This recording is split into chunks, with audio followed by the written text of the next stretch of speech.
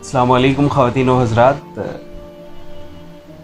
अमूमन ये होता है कि जब भी मैं वीडियो बनाना शुरू करता हूँ तो मेरे हाथ में कोई किताब होती है।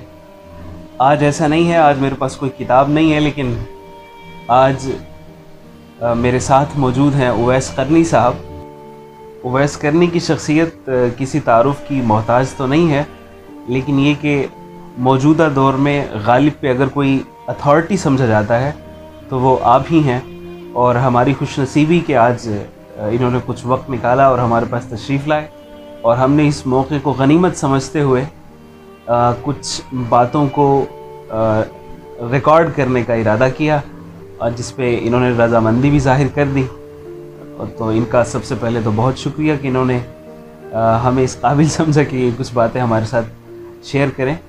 वैसे चूँकि इनका तारुफ़ गालिब ही के हवाले से है, तो हम कोशिश करेंगे कि कुछ बातें अपने नाज़रीन तक पहुंचाएं। और सबसे पहले तो मैं इनको खुश आमदीद कहता हूं फॉर्मली। एक बार फिर उवैस साहब, आपको बहुत शुक्रिया।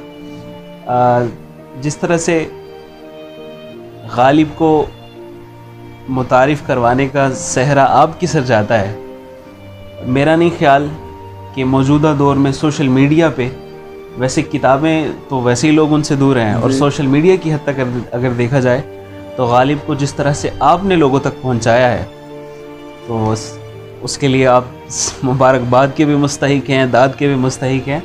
और गालिब की रूह तो किस कदर शाद होती होगी। तो सबसे पहले तो मुझे ये बताइए कि आपको क्या लगता है कि गालिब का जो तारुफ हमारे यहाँ चला आ रहा था वो किस हद तक ठीक था, और आपको कहाँ ये ज़रूरत महसूस हुई कि जो तस्वीर गालिब की आपकी नज़र में है, आपने चाहा कि लोग उसको उस तरह से देखें जैसे आप देखते हैं? देखें, इसका जवाब थोड़ा सा वजाहत तलब है, तो इसलिए अगर आप मेरे जवाब को तवील महसूस नहीं करेंगे, मुझ पे एक इल्ज़ाम नहीं, बिल्कुल आप तो जी मुझ पे एक इल्ज़ाम आता जी मैं लंबी लंबी तहरीरें लिखता हूँ, तो आज शायद लोग बोर ना हो जाएगा, मैं लंबे लंबे जवाब भी देता हूँ। नहीं, वीडियो से वैसे लोग बोर नहीं होते, चूँकि आपको देख भी रहे हैं तो ऐसे होता है कि भाई कि सबसे पहले तो हम अपनी नफ्सियात को देखते हैं, अपने मुशाहिदे को देखें कि जब हम किसी भी बड़ी शय या बड़ी शख्सियत को देखते हैं तो हम मजबूर होते हैं कि हम अपने फ्रेम के मुताबिक देखें, हमारा फ्रेम ऑफ व्यू कितना है। जैसे हम सूरज को देख लें, हम इतने फासले से जब हम उसको देखते हैं तो उसको छोटा पाते हैं, लेकिन अगर हम उसको दूर से पूरा नहीं देख पाते, अगर हम उसके करीब जाएं तो जाहिर है हम उसका 1 मीटर 2 मीटर या चंद किलोमीटर एरिया देख सकेंगे। तो मसला ये मजबूरी, इंसानी मजबूरी आ जाती है कि या तो हम किसी चीज़ को अगर दूर से पूरा देखना चाहें तो हम उसे दूर से देखते हैं, हम उसे पूरा तो देख लेते हैं, लेकिन उससे करीब से अगर हम उसको करीब से देखना चाहें तो हम करीब से उसको मुकम्मल नहीं देख सकते। तो ये इंसानी फ्रेम ऑफ व्यू की मजबूरी है कि वो किसी भी शय को अगर करीब से देखना चाहे तो ज़ाहिर उसे कम से कम देखना पड़ेगा, जितना करीब आएगा तो उतना ही कम एरिया देख पाएगा। तो बड़ी शख्सियात के मामले में हमारे साथ ये होता है कि हम अपनी मजबूरी के तहत उनका कुछ हिस्सा देख पाते हैं। तो जैसे मिर्ज़ा सौदा का एक मशहूर शेर है कि क्या जानिए तूने उसे किस आन में देखा है। जी। अब यही चक्कर होता है कि गालिब को क्या खबर किसने किस आन में देखा, इतनी बड़ी शख्सियत का किसने कौन सा एरिया देख लिया। क्या बात। और उसके बाद फिर नफ्सियात का अमल भी है कि किसने किस टून में, किस मूड में गालिब को पढ़ लिया या देख लिया। ज़ाहिर है हर एक का अपना एक मिजाज है। बिल्कुल बिल्कुल वो इस अपने मिजाज को सामने रखते हुए शख्सियत का मुताला करते हैं। एक मशहूर हिकायत है कि जनाब एक बच्चे समंदर के किनारे खेल रहा था, उसने खेलते खेलते अपना जूता समंदर में फेंक दिया, उसे लगा कि ये लहरों के साथ तैरता हुआ वापस आ जाएगा, जूता डूब गया। तो बच्चे ने कहा ये समंदर जो है ये धांस हुआ, मतलब ये जबरदस्ती करता है, इसने मेरा जूता छीन लिया। अब बच्चे की नजर में समंदर क्या होगी? एक मछेरा आया, उसने जाल डाला, उसमें से मछलियां निकल आई, उसने जाके बेची, उसने कहा समंदर बहुत सखी है। वाह, बिल्कुल। एक औरत का, खातून का बेटा आया, वो नहाने गया, वो डूब गया, औरत ने कहा ये समंदर कातिल है, इसने मेरा बेटा मारा। जी हाँ, बिल्कुल। अब समंदर इतना बड़ा है और उसमें लोग उसे, जिन्होंने जैसे उसे देखा वो वैसा ही नतीजा अखज़ कर रहे हैं। किसी ने उसे कातिल पाया, किसी ने उसे दयालु पाया, और किसी ने कहा कि ये तो चोर है, इसने मेरा जूता छुपा ली। तो गालिब का यही चक्कर है कि गालिब को जिसने जैसे देख लिया उसने बस उतना ही अंदाजा लगा लिया। वो एक मशहूर हिकायत है हाथी वाली कि 4 अंधे आए थे हाथी देखने, जिसने जो इसे टटोला उसने कहा शायद यही पूरा हाथी है। तो अब ये चीज फैसला करते वक्त हम ये नहीं देखते कि हम साहिब राय भी हैं या नहीं है। हम अपना साहिब राय होना नजरअंदाज करके हम राय बना लेते हैं कि हमने जी फलां हिस्सा देख लिया तो बस पूरा वही है। हम ना तो अपना अंधा होना देखते हैं। अब अंधे होने का ये मतलब नहीं कि मुकम्मल अंधा, नजर की कुछ जगह हम अपनी नाअहली का इदराक नहीं करते। बिल्कुल बिल्कुल। तो सारा थोप देते हैं हम सामने वाले पर कि हमने उसे इतना देखा जी, वो तो है इतना। बिल्कुल बिल्कुल। तो गालिब के साथ यही हुआ कि गालिब का जमाना हमने नहीं देखा। हम तो जब हम अकाबिर को या रफ्तगान की बात करते हैं तो हमारे साथ मसला ये होता है कि हमने उन्हें कभी अपने सामने नहीं देखा जी। हम तक उनकी खबरें पहुंची हैं। बिल्कुल बिल्कुल। और वो खबरें किसने पहुंचाई हैं हम उसकी छांटी भी नहीं करते।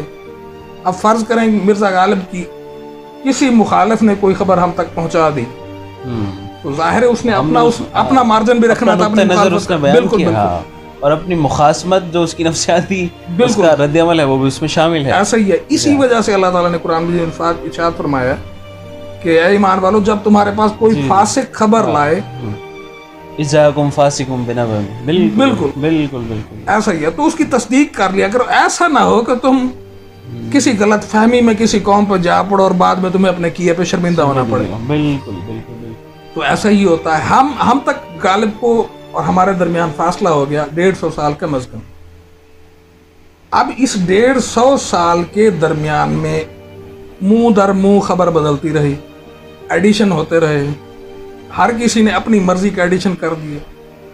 तो वो जो राय बनती थी ना कि वो समंदर कातिल है, समंदर चोर है, समंदर दयालु है, ये सारी खबरें मिलकर एक खिचड़ी सी पक गई।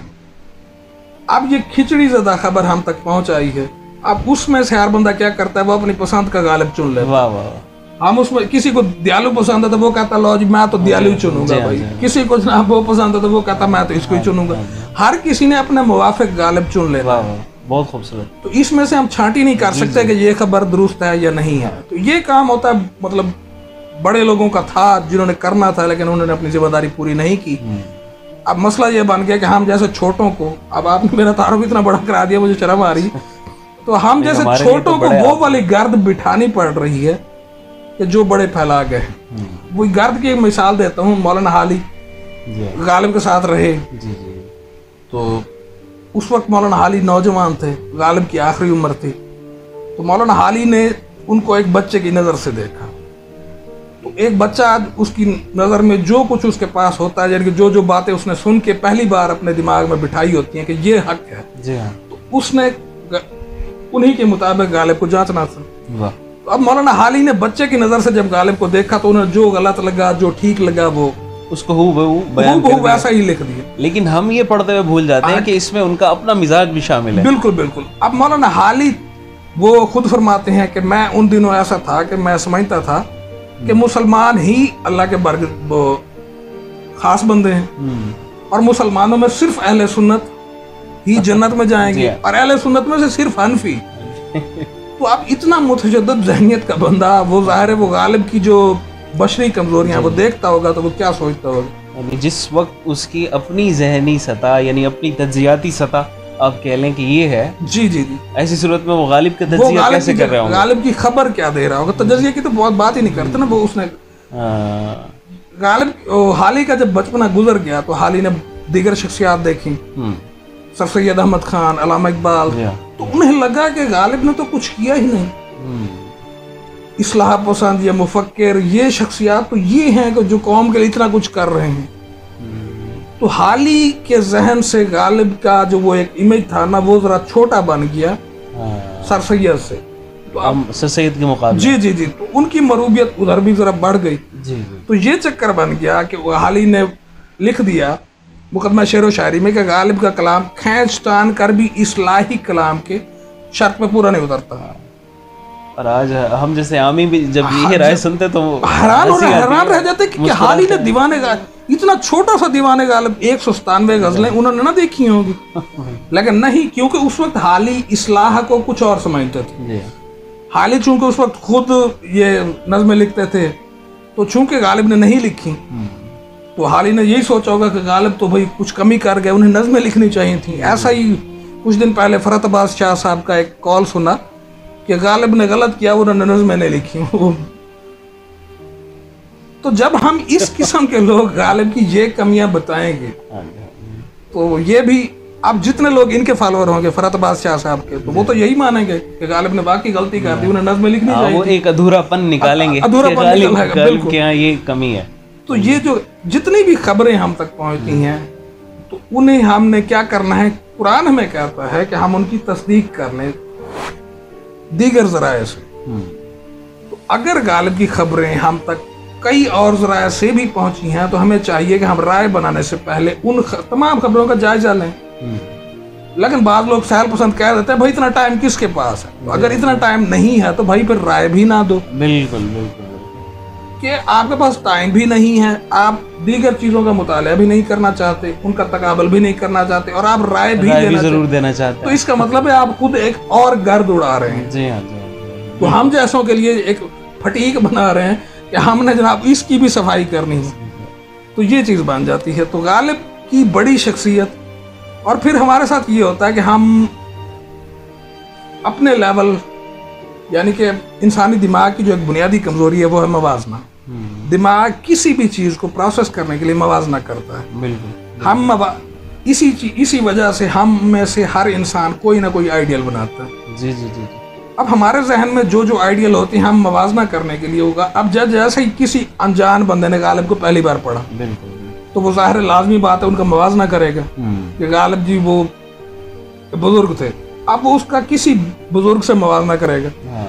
उसकी नजर में बुजुर्गी का जो एक स्केच बना हुआ होगा, बिल्कुल बिल्कुल, उस पे रख के देखिएगा कि गालिब इस पे पूरा उतरते हैं। गालिब कितने बुजुर्ग हैं, तो जाहिर है गालिब एक दुनियादार आदमी थे, उनमें कुछ चंद बशरी कमजोरियां थी। लेकिन बुजुर्गी का जो पैमाना उसने सेट किया हुआ है, तो बस उस पे अगर गालिब पूरे ना उतरे, तो वो अगर कोई गालिब को बुजुर्ग कहेगा तो उसको एतराज होगा कि भाई वो कैसे थे। बिल्कुल बिल्कुल ऐसा ही। बिल्कुल। दूसरा जो सबसे बड़ी गलती है हमसे ये होती है, वो ये होती है कि हम गालिब को इंसान नहीं समझते। जो तारीफ करते हैं वो गालिब को फरिश्ता साबित करने पर तोल जाते हैं कि गालिब फरिश्ते थे, वो न खाते थे न पीते थे, न उनको गम भी नहीं हो सकता। मतलब हम इतनी आइडियलिस्टिक बात बना लेते हैं ना कि बाद वक्त हम कहते हैं लो जी गालिब तो ये गमगीन के शेर लिख रहे हैं, उन्हें तो हीरो टाइप शेर लिखने चाहिए थे कि जनाब वो उनका जैसे अल्लामा इकबाल का हीरो है जी, कि वो कभी भी ना घबराता है, ना वो डरता है, ना रोता है, ना उसे गम होता है, मतलब रोबोट सा है। और गालिब शायर है इंसान के। तो ये चीज हो जाती है कि हम गालिब को इंसान नहीं समझते। हम चाहते हैं कि गालिब ना ऐसे करें ना वैसे करें। जब हमारे इमेज से वो गालिब का मवाजना टकराता है, गालिब के हकायक टकराते हैं, तो हम कहते हैं लो जी गालिब जहाँ फेल, गालिब जहाँ फेल, गालिब जहाँ फेल। हालांकि वही कैफियत बतौर इंसान हम सब पे गुजरती हैं। तो ये चीज, इसका हल ये है कि हम गालिब को इंसान वाला मार्जिन दें। गालिब को ना तो फरिश्ता समझें, ना उन्हें कोई वलीउल्लाह बुजुर्ग समझ लें। एक इंसान जिंदगी में ज़ाहिर उसको कभी गम भी हो सकता है, कभी वो खुश भी हो सकता है। तो इसका हल ये है कि हम गालिब को एक इंसान समझें। जब हम उनको इंसान समझेंगे तो हम ज़ाहिर कभी देखेंगे ना गालिब ने किसी को गाली दे दी, हम कहेंगे ठीक है भाई इंसान थे, कभी कभार गुस्से में दे देते हैं जी। तो बाज़ लोग ऐसा ही होता है, गालिब के बाज़ खुतूत में जैसे गालियाँ लिखी हैं। तो एक दफ़ा मैंने जिक्र कर दिया गालिब की उस खात का जो शहाबुद्दीन खान साहब के नाम है, उसमें गालिब ने अपनी शायरी में दूसरों के शेर मिक्स करने वालों को ज़रा गालियाँ दी हैं। तो एक साहब ने वो खत पढ़ा तो कहने लगे ये गालिब ने दी हैं। मैंने कहा जी। कहने लगे अगर ये खत लिखा तो मैं ऐसे गालिब को पढ़ूंगा ही नहीं। तो मतलब अगर आपने गालिब की पूरी गालिबियत को दो गालियों पे ही तोलना है तो फिर बिल्कुल कभी ना पढ़े। तो ये चक्कर है। हम में से हर बंदा अपनी पसंद का फ्रेम बना के फिर रहा है कि गालिब इसमें फिट आता है कि नहीं। किसी के पास इतना फ्रेम है, किसी के पास इतना फ्रेम है, किसी के पास इतना फ्रेम है। अब गालिब उस फ्रेम से जितने भी बड़े हैं तो वो बाकी गालिब उसको काट के वो कहता है मुझे तो इतना ही चाहिए, मुझे यही वाला मेरे पसंद के यही है। तो ऐसे जिद्दी बच्चों के लिए ज़ाहिर है गालिब कितना कटते फिर आपकी ऐसी जरूरत है। बिल्कुल बिल्कुल ऐसा ही जी। यहाँ पे एक और सवाल जहन में आता है कि किसी शायर की जब हम तख्लीक यानी अगर हम गालिब की बात कर रहे हैं तो उसमें गालिब की शायरी, फ़ारसी हो या उर्दू, जी और इनके मकातीब, ये सब जी शामिल है। यानी उसकी तख्लीक़ात का जब हम मुताला करें और फिर उसका तज्ज़िया करें, जी तो क्या ये ज़रूरी है कि हम उसमें उसकी शख्सियत का तज्ज़िया भी साथ ही करें? यानी उसको बतौर शख्सियत भी हम जानते हों, जी जी ताकि हम उसके मिजाज से पूरी तरह से आशना हो, और फिर जब हम उसकी तख्लीक़ात को देखने बैठें तो हम किसी नतीजे तक पहुँचें, या उसके अंदर से जो भी जी जी जी मानी हम अखज़ करना चाहते हैं, तो उसकी अपनी शख्सियत, उसकी अपनी वज़ादारी, उसके अपने मिजाज को सामने रखते हुए फिर करें। क्या ये चीज़ ज़रूरी है, आपको ऐसा लगता है? किसी हद तक वाकई ज़रूरी है, क्योंकि अल्फाज, ख्याल, ये सब यूनिवर्सल है। वही एक बात है जो या नफस व निकहत गुल है। सुभान, जी। तो वो लफ्ज एक ही होगा। लफ्ज को हम यूं समझ लें, एक बर्तन है, वो बर्तन, वो गिलास, वो हर जगह एक जैसा ही होता है। अब कोई उसमें शरबत डाल रहा है, कोई उसमें पानी डाल रहा है, कोई उसमें लस्सी डाल रहा है, तो गिना क्या जाएगा? बाहर से तो यही डाल रहा है, गिलास में कुछ पड़ा है। वो तो उसको माने पे डिपेंड करता है ना कि क्या इसमें माना है। जी जी। लेकिन पहली जो टकराव हमसे हमारा होगा वो होगा लफ्ज से। तो हम पहला जांचेंगे लफ्ज को। अब लफ्ज सारे एक जैसे हैं। वही लफ्ज दाग ने इस्तेमाल किया, वही लफ्ज मोमिन ने इस्तेमाल किया, वही लफ्ज मीर के यहाँ है, वही लफ्ज गालिब के यहाँ, लेकिन हम गालिब के यहाँ उसी लफ्ज के उसी माना निकाल लाते हैं। बिल्कुल। और मीर के यहाँ वही लफ्ज है तो हम उसको सादा सा लफ्ज का माना निकालते हैं और कुछ भी नहीं कहते। वजह यह है कि गालिब की जिंदगी हमारे सामने, हम जानते हैं कि गालिब तफक्कर पसंद थे, ताकल पसंद थे, गालिब मुश्किल पसंद थे। उनकी अपने शेर हैं, वो कहते हैं कि मुझे तो सादा कलाम पसंद ही नहीं आता, मुझे वो कलाम सुनाओ जो जरा पेचीदा हो, जिसमें मेरा दिमाग सोचने लग जाए, यानी मेरे जी दिमाग को कोई एफर्ट करनी पड़े। बिल्कुल। अब जैसे दाग की शायरी है, मसलन दाग का कोई शेर देख लें कि लुत्फ मैं तुझसे कहूँ क्या जाहिद, हाय कम बख्त तूने पी ही नहीं। अब यहाँ मैं का मतलब हम इसको इस्तियारा नहीं समझ सकते। हम ये नहीं समझ सकते कि इसमें मैं का मतलब है मैं हक, दीदार हक, या कुछ ऐसा वैसा, क्योंकि दाग की जो जाती जिंदगी है ना, उसमें ऐसी किसी बात का कोई अमल दखल ही नहीं है। दाग कभी तसव्वुफ से या इस्लाह पसंद तहरीक से मुताल्लिक ही नहीं रहे। हाँ, कोई इलाका नहीं रहा। बिल्कुल बिल्कुल। तो चूंकि उन्होंने कभी पूरी जिंदगी ऐसी बात ही नहीं की, लिहाजा हम खींच तान कर भी इस लफ्ज का वो मतलब नहीं निकाल सकते। हाँ, अलबत्ता ये लफ्ज अगर मोमिन की शायरी में आ जाए या गालिब की शायरी में आ जाए तो फिर हम बात करेंगे, क्योंकि उनका ताल्लुक ऐसी बातों से रहा, ऐसी शख्सियात से रहा, और उनकी जाती जिंदगी में ऐसे वाकयात बहुत सारे मिलते हैं। तो ये जरूरी हो जाता है कि किसी शायर का जाती रुझान भी इस तरफ था, या हम खुद अपनी तरफ से उसे ये बना रहे हैं, वो बना रहे हैं। अच्छा, यहाँ से अब मेरा जहन उस तरफ जा रहा है जो मैं आपसे पूछना चाहता था जी, लेकिन शायद मैं ये आखिर में पूछता, लेकिन मैं अभी पूछना चाहता हूँ। अच्छी बात कि अमूमन आप पे ये इल्ज़ाम लगाया जाता है कि आप गालिब के अशार से वो माना अखज़ कर लेते हैं जो शायद गालिब को ही पता ना हो, ऐसा जी जी जी जी कि ये हाल भी हो जाएगा। जी जी जी। तो इस पे क्या ख्याल है? अल्लाह का शुक्र है कि ऐसे बहुत से सियानों से ना वास्ता पड़ा है, मेरे मुंह पे ही आके कह देते थे अल्लाह अल्लाह, गालिब के ज़हन में भी ना था। तो इसका मतलब ये होता है कि मैं गालिब से ज़्यादा ज़हीन हो गया हूँ, नौज़ुबिल्लाह। मुझे तो ये मानने में शर्म आती है।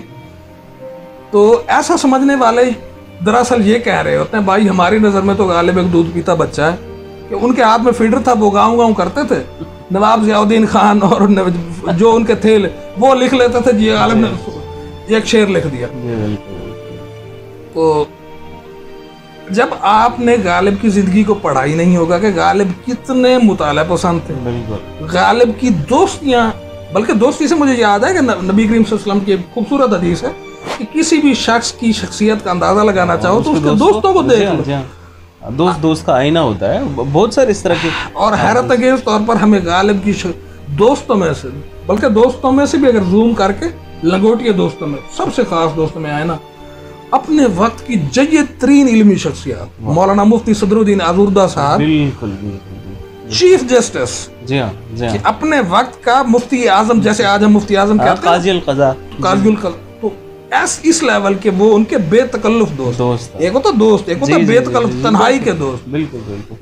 मौलाना फजल खैराबादी साहब, मतलब इन दो के अलावा तो बंदा, हम बाकियों का नाम क्या लें कि जब इनका नाम आ गया मैं कहता हूँ पूरा हिंदुस्तान आ गया। कि आप देख लें कि अपने वक्त के सबसे बड़े आलिम वो गालिब के बेतकल्लुफ दोस्त हैं, जिनकी इल्मी वजाहत मुसल्लमा है, जिनका नाम लेने से हमें फख्र महसूस होता है। बिल्कुल बिल्कुल। तो वो लोग गालिब को अपना दोस्त समझते हैं। एक होता है ना कि मुरवत में कह देना जी ये तो मेरा दोस्त है जनाब, ये तो हमारे करम फरमा है, लेकिन एक होता है खलवत का दोस्त। तो ये क्या ऐसे ही कर दिया होगा, मतलब गालिब को कुछ पता ही नहीं था, गालिब को अलिफ बे भी नहीं आती थी और उन्होंने उन्हें दोस्त बनाया हुआ से जाहिल मतलब कि किसी बिल्कुल बिल्कुल एग्जैक्टली काजिल कज़ा से दोस्ती हो गई।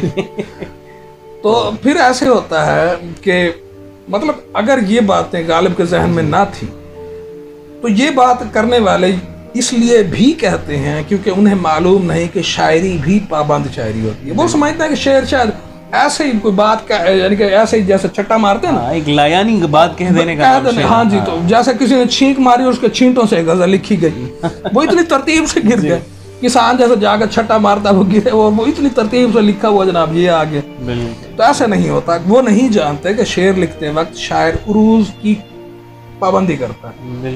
उरूज के उसमें बारें होती हैं, वो उन बहूर का पूरा लिहाज रखता है। जी हाँ, वो वजन का लिहाज रखता है और उसके बाद फिर इल्म बयान में सुनाए बदाए आते हैं। अब वो इल्म बदी की सुनाए बदाए कितने हैं वो अगर ये पढ़ लें या जान लें तो इनको हैरानी होगी। यानी गालिब अपने दोस्तों शागिर्दों को कहते हैं कि शायरी तो है ही मानी आफरीनी। बिल्कुल बिल्कुल। जो बंदा तलकीन ये कर रहा है और उसकी अपनी शायरी से अगर मानी आफरीनी निकालना पड़े तो लोग इल्जाम धर देते हैं कि भाई ये तो हम निकाल रहे हैं, गालिब को क्या पता। सुभान अल्लाह। ये तो मसला क्या है देखें, पहली लाइल्मी ये थी कि इन्हें गालिब की इल्मी हालत का नहीं पता, दूसरी लाइल्मी ये नहीं पता कि शायरी है क्या, उसके बाद ये नहीं जानता कि शायरी किन किन बुनियादों से किन किन पाबंदियों से जकड़ी हुई है, शायरी उरूज से जकड़ी हुई है, शायरी सुनाए बदाए से जकड़ी हुई है। अब जब तक कोई बंदा इल्म बयान नहीं पढ़ेगा उसे कैसे पता होगा कि तिल्मी का मतलब हमेशा क्या निकलता है। जी। अब देखें, हम कहते हैं गालिब का एक शेर देते हैं ना कि क्या फर्ज है कि सबको मिले एक सा जवाब, आओ ना हम भी सैर करें कोहे तूर की। अब इसमें से कोई भी इशारे मतलब निकालेगा कि गालिब का इशारा हज़रत मूसा अलैहिस्सलाम वाले वाक़े की तरफ कि उन्होंने फरमाया रब्बे आरिनी, आगे से जवाब मिला कि लम तरानी। तो अब कोई भी कहे कि गालिब को ये कैसे पता था, गालिब ने तो कभी कुरान भी नहीं पढ़ा। तो ये हमने फर्ज कर लिया कि उन्हें नहीं पता था। हालांकि एक आम बंदा जिसने सरसरी तौर पर इल्म बदी की सुनाए बदाए पढ़े तो वो तो जान लेगा कि ये तिल्मी है, और तिल्मी का मतलब ये होता है किसी तारीखी वाक़या किसी कुरानी तिल्मी की तरफ इशारा करना। शायर उसको मुख्तसर तौर पे पूरा कोट कर देता है। हाँ, हमने तेरे इश्क में क्या क्या ना महबूब किया, सब्र अय्यूब किया, गिरिया। बिल्कुल। यानी सब्र अय्यूब, ये सारी तल्मीहात हैं और शायर ये नहीं जानता, ऐसे इस्तेमाल किया जा रहा है। तो ऐसे सादा दिलों में बस ये क्या लगाया जा सकता है। तो भाई तो ये चक्कर है। अब इन लोगों को चाहिए कि भाई पहले अपनी लाइल्मी देख लें, या तो आप पढ़ लें, अगर आप या फिर आप कम से कम हुस्न ज़न रख लें। हाँ, या तो आपको हसाद महसूस हो रहा है ना भी फलाना माना काट रहा है तो आप पढ़ लें, बराबर आ जाएं। उम्मीद है पढ़ने तक आपका ये मसला हल हो जाएगा, नहीं दूर होगा तो फिर कोई बात नहीं, इनके अलावा जो माना निकालते हैं वो निकाल के दे दें, हम अपनी गलती मान लेंगे। लेकिन वही लाइल्मी जी बिल्कुल। तो एक बाइल्म को तो समझाया जा सकता है भाई फलां इल्म की, फलां किताब की, फलां चीज़ की, फलां इस्तिलाह को देख लो तो वो मान लेगा। लेकिन एक जाहिल को पता ही नहीं है कि भाई इसमें कौन कौन सी इस्तिलाहात हैं, बहूर क्या होती हैं, बदी क्या है, इल्म बयान की शरायत क्या है, फसाद क्या है, बलागत क्या है, उनके कवायद क्या है, तो हम उसको नहीं समझा सकते सिवाय यह कि उसकी सादा दिली पे हंस सकते हैं बस। अच्छा, वैसा एक और अमूमन एतराज़ ये किया जाता है जी कि जदीद ज़माने के जो मबाहिस हैं जी या जो जदीद नज़रियात हैं जी, क्योंकि गालिब जिस दौर में थे ये वो सदी है जिस ज़माने में यूरोप अपनी एक नई अहया की तरफ जा रहा है। तो कहा यह जाता है कि गालिब तक वो सारा चूँकि वो लिटरेचर नहीं पहुँचा तो गालिब को क्या पता, एक इल्ज़ाम लगाया जाता है। जी जी। लेकिन क्या अशिया जो है या जो भी मामलात और नज़रियात हैं ये अपनी जौहरी हकीकत में बिल्कुल एक से नहीं होते? यही बात, यानी हम इसको फिर किस तरह से जस्टिफाई कर सकते हैं कि गालिब अगरचे वो उस ज़बान से मुंतकिल होकर यहाँ तक नहीं पहुँचे, लेकिन फिर भी अगर हम गालिब की शायरी से वो नज़रियात या उनका जो भी हम काउंटर आर्ग्यूमेंट है वो अगर निकालना चाहें तो बड़ी आसानी से निकाल सकते हैं। तो इस पे आप क्या कहेंगे कि ये हमारी कम इल्मी है, या ये कि हमारी सहल पसंदी है कि हम इस तरफ जाते ही नहीं है, या मरूबियत इतनी ज़्यादा है कि हम उनकी तरफ से जो भी पेश किया जाता है अगर से वो हमारे यहाँ पहले से मौजूद था, जी जी जी, लेकिन हम उसको वो अहमियत नहीं देते। यही बात है। देखिए हमें जो मुफक्किर मिले ना, हमारे जो पहली नस्ल थी हमारी मुफक्किरीन की, उनका चक्कर यही था कि वो लोग बाकायदा, उन्होंने ना तो अंग्रेजी अदब पढ़ा ना कुछ, वो इनसे वाकिफ हुए तराजम के जरिए। तो तराजम के जरिए जैसे ही उन्होंने देखा तो उन्हें एक मरूबियत के लिए मैं मिसाल देता हूँ मौलाना हाली साहब की। मौलाना हाली का हाल ये था कि इंतहाई मतलब शौकीन, कि एक पढ़ने लिखने के बेहद शौकीन। वालदैन ने शादी कर दी, बेगम को छोड़ के वालदैन के आसरे भाग आए कि मैं तो भाई पढ़ने जा रहा हूँ। दिल्ली आए, दिल्ली में तालीम हासिल की। अच्छा। इतने ज़हीन थे कि नवाब शेफ्ता साहब जैसे बाइल्म शख्स ने अपने बच्चों का हाँ जी अतालीक मुकर्रर कर दिए। अच्छा। मुस्तफा खान शेफ्ता साहब के तो ज़ाहिर ताल्लुकात थे मोमिन खान मोमिन से और इधर से, तो हाली ने सबसे पहली मुलाकात जो की वो मोमिन से की। अच्छा। मोमिन बहुत बड़े शायर उस्तादुल असातिज़ा हैं, बल्कि अगर कहा जाए कि उर्दू में गज़ल किसकी है तो बिला तकल्लुफ़ एक ही नाम लिया जाएगा कि मोमिन। हाँ, वो एक पूरा स्कूल ऑफ थॉट है जो मोमिन से बिल्कुल बिल्कुल, वो तगज़्ज़ुल फैज़ तक जाता है। बिल्कुल। फिर अहमद फराज हैं। तो हाली की जो पहली मुलाकात थी वो फराज आ गया मुझे मोमिन से हुई। तो ये चूंकि इन्होंने पहली दफा एक बड़ा उस्ताद देखा था तो हस्ब आदत मरूब हो गए। ज़ाहिर उनका एक हल्का अहबाब था। बिल्कुल बिल्कुल। तो ये मोमिन के शागिर्द हो गए। मोमिन से जनाब इन्होंने इस्लाह लेना शुरू कर दी। फिर एक दिन ऐसा हुआ कि मिर्जा गालिब मेरठ गए। अब मेरठ में मुलाकात हुई हाली की गालिब से। तो हाली ने जैसे ही गालिब को देखा उन्हें लगा ये क्या, मैं अब तक कहाँ फिर रहा था। मतलब इतनी इल्मी शख्सियत, ऐसा बारो, इतने इल्मी निकात, वे भी एक एक शेर में समो देने वाला। हाली हस्ब आदत मरूब हो गए। मरूब होने से क्या वो उन्हें मोमिन भूल गए। हाली ने दरखास्त कर दी जी मैं आपकी शागिर्द होना चाहता हूँ। अब गालिब शर्मा गया कि भाई मोमिन भी तो मेरा दोस्त है, तो मैं कैसे कह दूँ। तो अब शेफ्ता साहब ने सिफारिश की, सारा कुछ हुआ, लेकिन गालिब ने हाली को बाकायदा तौर पर बाला शागिर्द ना बनाया जब तक के मोमिन की वफात ना हो गई। अच्छा। तो उस जमाने में मुरब्बत होती थी, दोस्तदारी होती थी। तो हाली के साथ ये चक्कर हुआ। अब हाली गालिब के साथ रहते हैं और हस्ब आदत मवाजना भी करते जा रहे हैं। मोमिन एक बादशाह शख्स थे, तो वो जाहिर और सैयद अहमद बरेलवी के वो मुरीद भी हो चुके थे। फिर वो इस्लाह पसंद तहरीक की तरफ उनका रुझान भी काफी था। तो फिर उनकी शायरी मौलाना हाली को इस्लामी शायरी लगती थी। गालिब के अमाल और गालिब की पूरी शायरी में वो खींचतान की होती जी वही समझते थे कि ये इस्लाही शायरी भी नहीं है। तो अब हाली के दो टकराव हो रहे हैं जनाब। एक तरफ वो समझते हैं कि शख्सी तौर पर तो गालिब बड़े हैं, लेकिन कलामी तौर पर मोमिन आला है। तो अब ये जो तजाद उनके जहन में बन रहा था, तो इसमें हाली कंफ्यूज हो गए कि मैं किधर जाऊं भाई। रुखे रोशन के आगे शम्मा रख के वो ये कहते हैं उधर जाता है या देखें परवाना इधर आता है। तो अब हाली जो है वो परवाने की तरह कंफ्यूज हो गए थे, मैं उधर जाऊं या रुखे रोशन की तरफ जाऊं। तो इसी चक्कर में मोमिन पहले फौत हुए, फिर गालिब, यानी वही मरूबियत वाला फैक्टर जो है वो चला आ रहा है। अब गालिब की वफात हो गई, मौलाना हाली की मुलाकात होगी सर सैयद अहमद खान से। हाली की तो आंखें फटी फटी रह गई, ये क्या, मैं अब तक फिर कहाँ रहा था, इतना बड़ा मुस्लिम। उनको मोमिन भूल गए, उनको गालिब भूल गए। वो अब सर सैयद अहमद खान के गुण गा रहे हैं।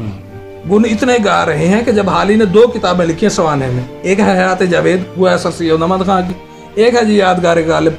इन दोनों का फर्क उठा के देख लें किताबों का। सवाने हयात लिखी कैसे जाती है। हयात जावेद एक कमाल किताब है। सवाने अगर देखें ना हमारी उर्दू में सवाने, तो वो एक बेहतरीन किताब है। उस पर मेहनत हुई है, पता चला कि एक तहकीक करके जी किताब लिखी गई। यादगार गालिब तो ऐसे है कि जैसे घुंघलू से मट्टी उतारी गई हो। वजह ये कि हाली उस वक्त तक सर सैयद से मुतासर हो चुके थे। अब वो गालिब वाला जो इमेज था ना, वो उनके जहन से मिट चुका था। अब हाली वैसे वो शर्मिंदा से थे, यार मैं इस शख्स को उस्ताद मानता रहा। अब हाली के अंदाज में पूरी यादगार पढ़े तो उसमें आपको हाली का अंदाज माजरत खाना लगेगा। वो दिबाचे में लिख देते हैं कि गो के गालिब की शायरी को ऐसा कारनामा तो नहीं है, कौम के लिए कोई फिक्री अमल और इस्लाही कलाम तो पेश नहीं करती, लेकिन चूंकि ये हमारी तारीख का एक मुतम शान वाक़या है, लिहाजा हम गालिब का जिक्र कर देते हैं। इतना माजरती अंदाज, मतलब बेनफियाली अंदाज के गालिब तो चलो कुछ आया नहीं, निशान कर रहे हैं हम यादगार गालिब लिख। इस जहन के ये ऐसी मरूब हमारे जो लोग थे वो हमारे बुजुर्ग रहे। अब हाली के साथ आगे क्या हुआ, हाली ने आगे जाके पढ़ लिया अंग्रेजी अदब के तराजम, इन्हें पता चला ओए होए होए यार ऐसे भी शायरी हो सकती है, मतलब इस किस्म के तासुरात। उसके बाद फिर लिखा गया मुकदमा शेर व शायरी, और मुकदमा शेर व शायरी जिसने पढ़ा उसे पता है कि हाली ने कैसे पूरी मशरक़ी शायरी को ऐसे चुक के फेंक दिया। तो ये कोई शायरी है? शायरी तो मल्टन ने की है, वुड्सवर्थ ने की है, कमाल कर दिया भाई। वजह के ये यानी हमारे यहाँ जो पहली तनकीद लिखी जा रही है, जी जी, जिसको हम ऑफिशियली हम पहली उर्दू तनकीद कहते हैं, जी जी, और वो मुकदमा शेर व शायरी ही है। एग्जैक्टली। और उसमें हमको ये घोल के पिलाया जा रहा है कि आपके पल्ले तो कुछ नहीं है। बिल्कुल बिल्कुल, हम वुडवर्ड से सब कुछ है, मिल्टन सब कुछ है। हमारे यहाँ कहा जाता जी, लॉर्ड मैकाले ने कहा था, लॉर्ड मैकाले से पहले तो हमारे अपने बुजुर्ग मरूब हुए फिरते थे। तो मतलब ये तो मरूब होने को तैयार थे ना, कि जैसे वो कहते हैं ना, वो एक घिसा पिटा सा लतीफा है कि किसी ने कहा जी मैं चुड़ैल हूँ, तो उसने वो कहने लगा जी फिर चिमड़ती क्यों नहीं। तो मतलब इतना तरसे हुए थे हमारे बुजुर्ग कि मैं मरूब हो चुका हूँ, तो मुझे अब मजीद कर। तो ये क्या तरीका था? तो एक होता ना मजामत करते हैं किसी मरूबियत में, नहीं भाई हम उससे मरूब नहीं होते, ये बड़ी अहम बात है। वो आप पे फिर गलबा पाते हैं, तो वो एक मुकाबले। लेकिन एक है आप तो भाई मरे पड़े हैं कि मरता हूँ उस आवाज पे हर चंद के सर उड़ जाए, जल्लाद को लेकिन वो कहे जाए हाँ और। तो भाई आप जिसके इस किस्म के रवैये हो चुके हो, इतने मरूबत में डूब चुके हो, तो उन्होंने क्या कहना। अब हम तक जो भी बातें मतलब जाए हमारे बुजुर्गों तक, जो मरूब शुदा की तरकीब बड़ी अच्छी आपने इस्तेमाल की। उनकी हंगामी तरकीब है, चलो कबूल शुदा, अच्छा लगा।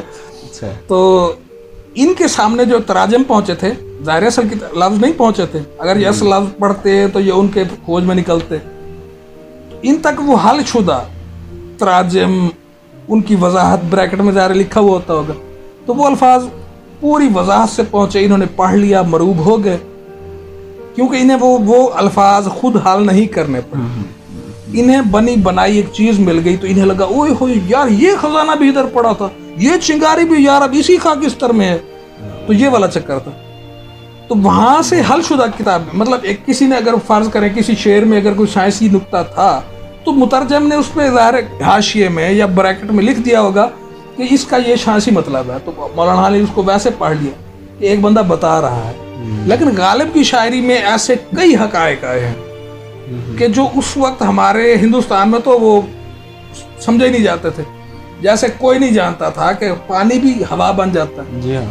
अनासिर अरबा समझने वाले के वो समझते थे एक आंसर पानी है, एक आंसर हवा है, मट्टी आग, चार आंसर समझने वाले कैसे समझ सकते थे? जो सुनी सुनाई चली आ रही है। जी जी बिल्कुल। और अब जब गालिब कह दे कि बाबर आया हमें पानी का हवा हो जाना, अब इसमें से हम खुद नहीं मतलब निकाल रहे, आप लफ्ज देखें बाबर, मुझे यकीन आ गया कि पानी हवा हो जाता है।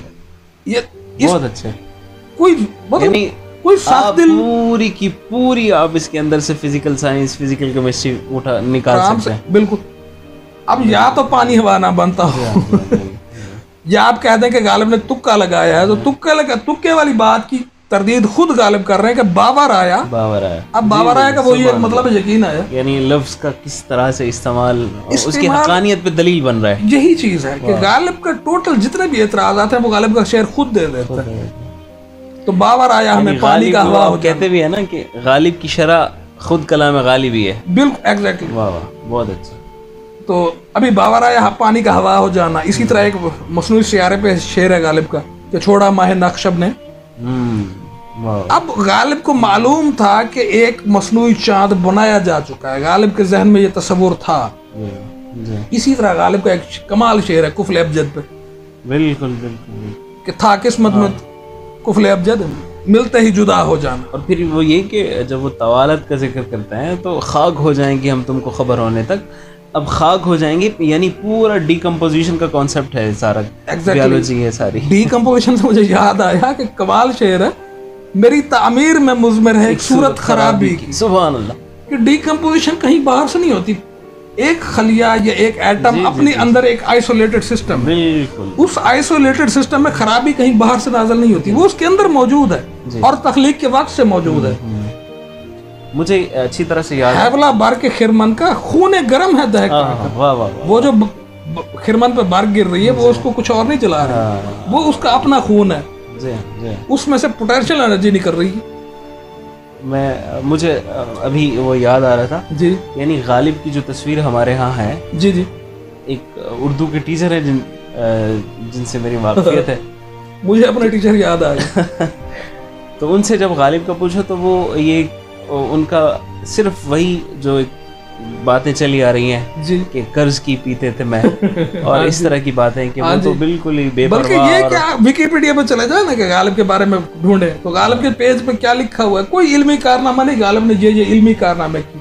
गालिब फलां बादशाह के दौर में थे, वो उन कोशिश करते रहे दरबार से वाबस्ता हो जाए। मतलब ये कोई बात है? मतलब गालिब की तस्वीर में बस यही चीज मिली है। हद हो गई। तो इसी तरह मुझे याद आया कि लोग कैसे तारुफ कराते हैं। गालिब से पहला तारुफ हमारा मैट्रिक में हुआ था। तो हमारे उस्ताद, अल्लाह ताला उनको हिदायत दे और उनको सलामत रखे, उस्ताद है, तो उन्होंने जो पहला तारुफ ये कराया था कि गालिब, हमारे जहन में कोई ऐसा इमेज बना था कि गालिब तो कोई इस किस्म के शायर हैं, अगर इनका नाम भी ले लें ना तो 40 दिन शादी मान वापस ना आए। अल्लाह, मतलब ऐसा मतलब था। हम सब यकीन करें, मैं कई साल तक मुनकर गालिब रहा सिर्फ इसी वजह से। गालिब की शायरी गैर इस्लामी शायरी है। मैं अभी जितने भी हमारे नाज़रीन हैं उनको यकीन नहीं आएगा, भी मुसलमान और गैर मुस्लिम होती है, उनको यकीन नहीं आएगा कि मैं एक ज़माने में कट्टर मुखालिफ मुनकर गालिब हुआ करता था। बल्कि अक्सर लोग तो मुझे ऐसे समझते हैं कि जैसे मैं ना अचानक एक रात में नींद से जागा और मैं उठ के गालिब गालिब कर रहा हूं। एक उस्ताद है जो बच्चे की तामीर कर रहा है। हाँ, उसकी देखिए, अब ऐसे उस्ताद मतलब दीगर बच्चे आज जो पढ़ रहे हैं गालिब को, वो जाहिर है वो गालिब को यही समझते हैं कि एक शराबी से शायर थे या एक मस्करा सा बुढ़ा था जो लतीफे घड़ता रहता था। अब जिस और उसको आम बहुत पसंद, हाँ, आम बहुत पसंद है भाई, यही चंद चीजें। बच्चों की दिलचस्पी का सिर्फ यही सामान है। अच्छा, मजे की बात यह है कि हमने कभी बच्चों को ये नहीं पढ़ाया कि गालिब ने बच्चों के लिए भी शायरी लिखी है। या शायद हमारे नाज़रीन से बहुत से लोग आज पहली बार सुन रहे हैं कि गालिब ने बच्चों के लिए भी शायरी लिखी है। हम अल्लामा इकबाल को इसीलिए बड़ा शायर समझते हैं कि जनाब उन्होंने बच्चों के लिए शायरी लिखी और गालिब कौम के लिए शायरी की, और ये बिल्कुल मुस्ले थे। आफाकी शायर, तरह की बात है। आफाकी शायर की तारीफ ही यही की जाती है कि वो शायर हर किसी एक मौजूदा लम्हे में मौजूद हर जिन्स, हर उम्र, हर फिक्र, हर तर्ज के बंदे की तर्जुमानी कर रहा है। अब गालिब ने एक दीवान लिखा छोटा सा, इस दीवान में गालिब ने बच्चों के लिए भी शेर लिखना है, खवातीन के लिए भी शेर लिखना है, मर्दों के लिए, बूढ़ों के लिए, जवानों के लिए और तबका खास के लिए, इंतहाई उलमा के लिए, नीम उलमा के लिए, काम इल्मों के लिए, जोहला के लिए, शराबियों के लिए, हर किसी ने इसी से इस्तेफादा करना। गालिब ने सब पे पूरा उतरना। हम तो कह देते हैं ये शेर मैं पसंद है, गालिब ने क्यों लिखा, ये तो गालिब की शख्सियत में फिट नहीं आ रहा।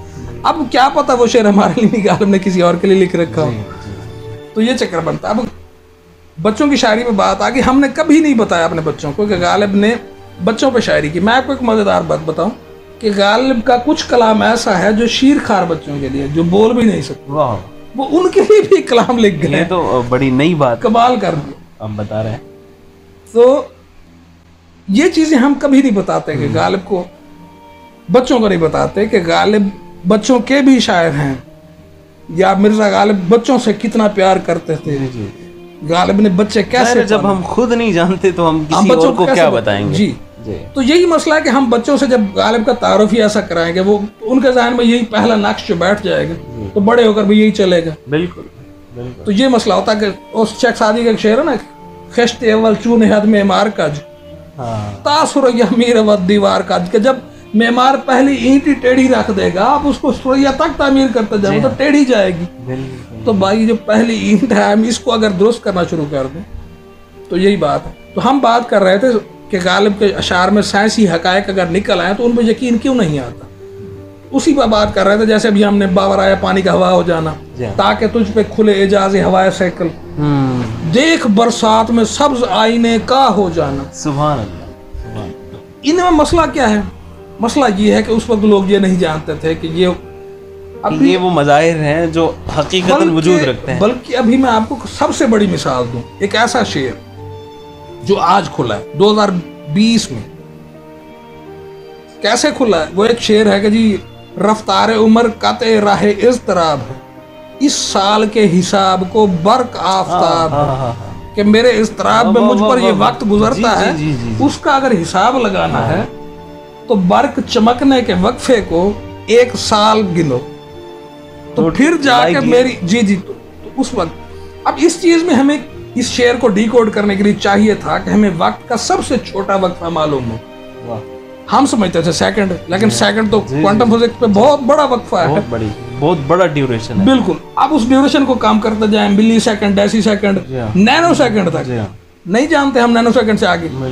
हमें वक्त का छोटा सा छोटा वक्फा, जो सबसे छोटी इकाई जिसे कह सकते कि उससे छोटी इकाई कोई हो ही ना, ये चीज हमें मालूम नहीं थी। इस वजह से हम शेर गालिब का शेर समझ नहीं सकते थे और वो हिसाब नहीं लगा सकते थे कि एक बर्क को हम कितना वक्फा माने। तो अभी अक्टूबर में गुज़श्ता साल 2020 में जर्मनी की एक यूनिवर्सिटी में तहकीक हुई कि वक्त का सबसे छोटा वक्फा क्या है। उस तहकीक में ये साबित हुआ कि वक्त का जो सबसे छोटा वक्फा है वो है 247 ज़ेप्टोसेकंड। और ये वो वक्फा है कि जब रोशनी का एक फोटोन हाइड्रोजन के एक एटम के एक सिरे से दूसरे सिरे तक पहुंचता है। चूंकि हाइड्रोजन का एटम सबसे छोटा है, इस दुनिया में सबसे छोटी चीज हाइड्रोजन का एटम है और सबसे तेज रफ्तार चीज रोशनी है। तो सबसे तेज रफ्तार चीज सबसे छोटी चीज को जितने अरसे में पार करती है वो वक्त की सबसे छोटी इकाई है, और वो है 247 ज़ेप्टोसेकंड। अब जब हमें मालूम हो गया कि 247 ज़ेप्टोसेकंड सबसे छोटी इकाई है, अब हम गालिब का शेर समझ सकते हैं कि इस साल के हिसाब को बर्क की बजाय लिख लें ज़ेप्टोसेकंड। आफताब है कि ज़ेप्टोसेकंड बराबर है एक सूरज की, जमीन की सूरज के गिर्द एक गर्दिश के। आफताब जितने अरसे में मतलब 24 घंटे, पूरा सूरज, एक ज़ेप्टोसेकंड मतलब एक सेकंड का अरबवां हिस्सा। जी हाँ। और ये चीज इसको साइंस साबित कर देती। अब हालत ये है कि जब तक ये चीज यार मतलब अब या तो खुद उर्दू दान ये तहकीक करते, लेकिन हम मोहताज थे। लेकिन उर्दू वालों को तो अल्लाह के वास्ते का बहर है। हम जी वही ना, हम तो मोहताज थे कि कोई ये तहकीक कर ले। अब जबकि वो तहकीक साबित हो गई, कर ली गई, तो अब हम हसद के मारे हम उसको मान नहीं रहे। नहीं जी, चूंकि ये साइंस वालों ने निकाला है, लिहाजा गालिब तो एक साइंसदान नहीं थे। अब साइंस की बात जी, बुनियादी मसला तो यही है ना, हम मतलब हमारे फ्रेम छोटे हैं। जैसे मैंने पहले जिक्र किया, मानने के लिए तैयार नहीं है कि वो गालिब कोई फिक्री गुफ्तगू भी कर सकते हैं, कोई एक आफाकी बात भी उनके यहाँ हो सकती है, कोई साइंसी भी हो सकती है। अब देखें ना, साइंस पे हमारा जो सबसे बड़ी गलती है वो हमारी साइंस पे आती है। हम साइंस समझते हैं उसको कि जो अंग्रेजी में लिखी है, लातीनी इस्तिलाहात की भरमार हो उसमें जनाब, तो ये चीज हो तो तब वो साइंस समझी जाती है। हालांकि साइंस एक मतलब एक तरीका है कि किसी भी इल्म के या किसी भी हकायक को जानने का तरीका है कि उसको किस तरीके से जांचा जाए। हाँ, बस वो एक मेथड है, वो एक मेथड है। उसके बाद नॉलेज गेन करने का जो हिस्सियात पे डिपेंड करता है। अब साइंस उर्दू में पढ़ी जा सकती है, साइंस सराइकी में पढ़ी जा सकती है, लाजमी नहीं कि साइंस अंग्रेजी में पढ़ी जाए। ये साइंसी शऊर किसी का भी हो सकता है। मसलन फर्ज करें, देखें एक आम मिसाल देता हूँ, लोहा खालिश करने के 2 अमल हैं। एक तो यह कि उसको इतना गर्म कर दिया जाए कि वो पिघल जाए, पिघलने से उसकी जो कसाफतें हैं वो सारी उस पर अलग कर दें, खालिश लोहा एक तरफ कर दें। दूसरा अमल ये है कि लोहे को इतना गर्म करके इतना कूटें कि उसके जो मालिक्यूल्स हैं वो आपस में धंस जाएं, उनके दरमियान जो एटमी खला है ना वो ना रहे, वो पूरा हो जाए, बिल्कुल इस तरह वो ठोस तर हो जाएगा। अब ये लोहा खालिश करने के अमल में साइंस बताती है। लेकिन हम देखते हैं कि हमारे हिंदुस्तान में लोहार अज़लों से लोहा कूटते आ रहे हैं, यही करते आ रहे हैं। उन्होंने तो साइंस नहीं पढ़ी भाई, उनको कौन बता गया कि ये लोहा खालिश ऐसे होता है। तो हालांकि लोहार तो अल्लाह पे, वो तो हमारे मतलब हमारी इस्लाम में तो मैट्रिक पास भी नहीं होते या ये भी नहीं होते, वो कैसे जानते? ये चीज एक शऊर पर डिपेंड करती है। साइंसी शऊर एक अलग चीज है और साइंस को पढ़ना या अंग्रेजी में पढ़ लेना वो एक अलग बात है। हमने इन चीज़ों को मिक्स किया हुआ है। हम नहीं समझते कि किसी बंदे का शऊर साइंसी भी हो सकता है। हम समझते हैं वो मोहताज होता है अंग्रेजी अल्फाज का, लातीनी इस्तिलाहात का। अब गालिब फर्ज करें, जैसे कहते हैं एक लफ्ज़ बोलना चाहते हैं के मौजूदा लम्हे में जो कुछ भी अमल हो रहा है जी, तो गालिब उसे कहते हैं हंगामा। अब हम कहते हैं जी ये लफ्ज साइंसी ही नहीं है। गालिब अगर इसे मेटाबॉलिज्म लिखते फिर हम इसे साइंसी मानते, लेकिन चूंकि गालिब ने लिखा है लफ्ज हंगामा, हम इसे नहीं मानते। अब गालिब लिखते हैं कि बाबर आया हमें पानी का हवा हो जाना, हम अड़ जाते हैं गालिब ने ऑक्सीजन क्यों नहीं लिखा भाई। बिल्कुल बिल्कुल। अब गालिब ने इशारा तो दे दिया कि हवा हो जाना, ये वेपर्स क्यों नहीं लिखा। बिल्कुल बिल्कुल, हाँ जी बिल्कुल। अब हम अपनी या तो ये जिद छोड़ दें कि गालिब ने साइंसी इस्तिलाहात क्यों नहीं लिखी, या फिर हम उन निकात को मान लें कि गालिब ने ये जो नुक्ते लिखे हैं वो साइंसी हैं। तो नुक्तों के बारे में ये होता है कि एक साइंसदान, हम अब बात आ जाती है कि हम साइंस को क्या समझते हैं और साइंसदान को क्या समझते हैं। दान दानिस्तन से है, दान का मतलब है जानना। कोई भी बंदा जो साइंस को जानता हो या किसी भी जिस भी शोबे को जानता हो, हाँ। और हम गलती ये करते हैं, हम टेक्नोलॉजी को और साइंस को मिक्स कर देते हैं। हम कहते हैं साइंसदान वो होता है जो कुछ इजाद करे, हालांकि साइंसदान तो रियाजीदान भी होते हैं। तो ये सारे उलूम, बल्कि मैं तो कहता हूँ कि उलूम जितने भी हैं वो साइंसी हैं, क्योंकि उनका तरीक़ेकार सेम टू सेम है। तारीख साइंसी इल्म है, तसव्वुफ साइंसी इल्म है। ऐसा ये चीज़ें हम तब समझ सकेंगे जब हम बेसिक में जाएंगे, इनकी तारीफ करेंगे कि इल्म क्या है। बुनियादी तौर पर हम तो इल्म की तारीफ ही गलत समझते हैं। हम कहते हैं कि इल्म का मतलब है जानना, जबकि इल्म का मतलब जानना ही नहीं है। इल्म का मतलब है वो टेक्निक कि जिससे हम अपने सामने मौजूद हकायक को बामाना तरतीब दे सकें। जी हाँ बिल्कुल। हम में से हर किसी के सामने हकायक मौजूद होते हैं, खबर मौजूद है। बिल्कुल। हम उन खबरों को एक तरतीब खास देते हैं कि जिनसे एक बामाना बात निकल आती है। बिल्कुल। वो जो टेक्निक होती है ना, वो होती है प्रोसेसिंग है, वो असल में इल्म है। वो उसको प्रोसेस करने का जो टेक्निक है, जैसे रियाजी में प्रोसेस करना कैसे है। बिल्कुल, जैसे रियाजी में फार्मूले होते हैं कि हमारे सामने रकूम मौजूद हैं, अब उनको जमा तफरीक कैसे करना है, वो जो टेक्निक है वो इल्म है। अब ये तो नहीं है कि अभी इल्म के मायने है जानना। बिल्कुल, हमने ये समझ, हालांकि इल्म जैसे अल्लाह ताला फरमाता है कि वअल्लमा आदम अल-अस्मा कुल्लहा, इसमें कैसे है कि आदम अलैहिस्सलाम को अल्लाह ताला ने किसी इंस्टीट्यूट में बिठा के सारा कुछ पढ़ाया था। अल्लाह ने उनमें रोम बायोस फिट कर दी, उन्हें सारा कुछ मालूम हो गया। कैसे मालूम हो गया? उनको वो टेक्निक बता दी गई कि इस टेक्निक से मवाजना करते जाओ, जानते जाओ। आदम अलैहिस्सलाम ने कुछ भी नहीं पढ़ा, वो सिर्फ वो उस टेक्निक के बल पर, जैसे एक बच्चा स्कूल में जाता है, रियाजी पढ़ता है, छोटा मतलब आसान हिसाब करता है कि जमा ऐसे करते हैं, तफरीक ऐसे करते हैं, 10 और 10 12 होते हैं, 10 और 10 20 होते हैं। तो अब ये जो फार्मूला है कि 10 और 10 20 करने का, ये चीज वो इल्म है। अब उसे बताया गया कि 10 और 10 20। अब उस बच्चे के पास 100 रुपए आ जाए तो वो उनको कैसे जमा करेगा?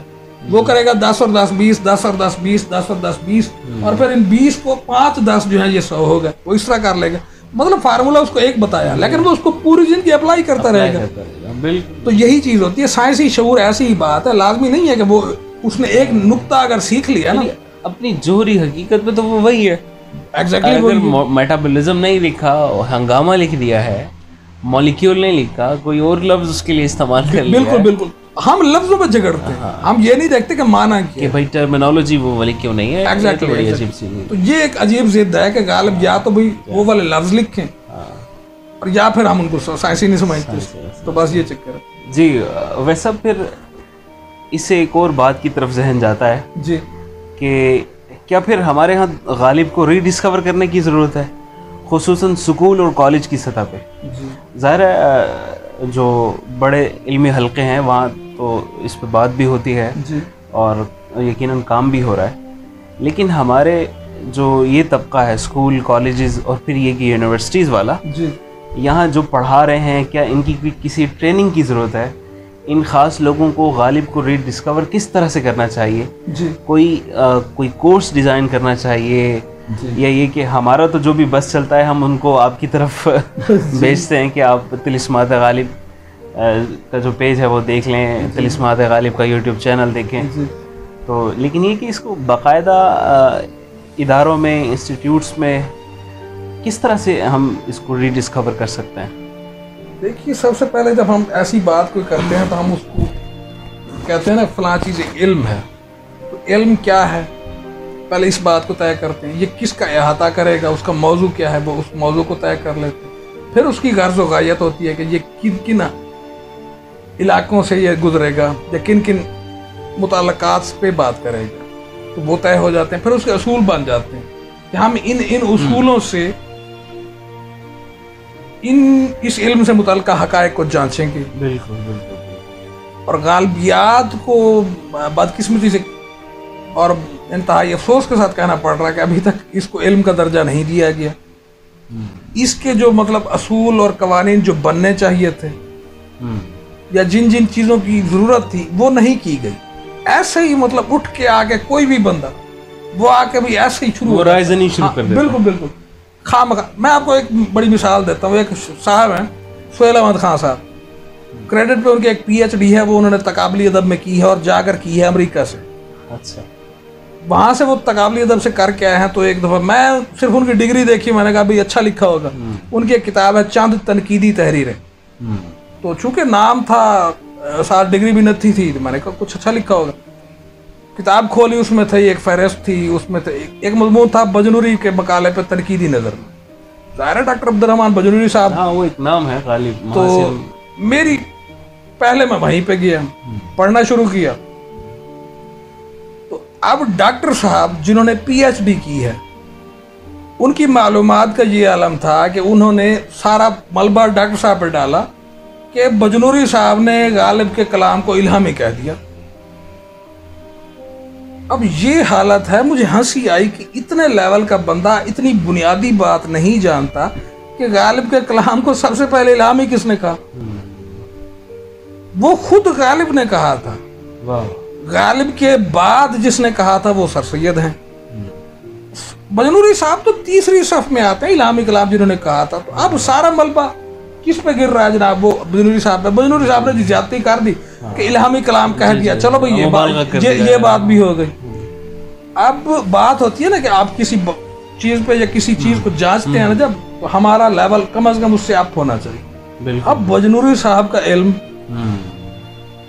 उसका जो लेवल है वो कम से कम आज के लोगों से तो मतलब अच्छा खासा ही था। तो बजनूरी साहब के मकाले पे तनकीद या उस पे कोई राय देना वो दे सकता है जो उनके बराबर इल्म रखता हो, जो उनके जितनी जबानें जानता हो। उन्होंने अगर जर्मन पे बात की ना तो वो डायरेक्ट जर्मन जबान पढ़ के उन्होंने किया। हमारे बुजुर्ग हाँ जी, ये इन्होंने तर्जमों से पढ़ लिया और फिर इन्होंने राय दे दी। नहीं बजनूरी को क्या पता।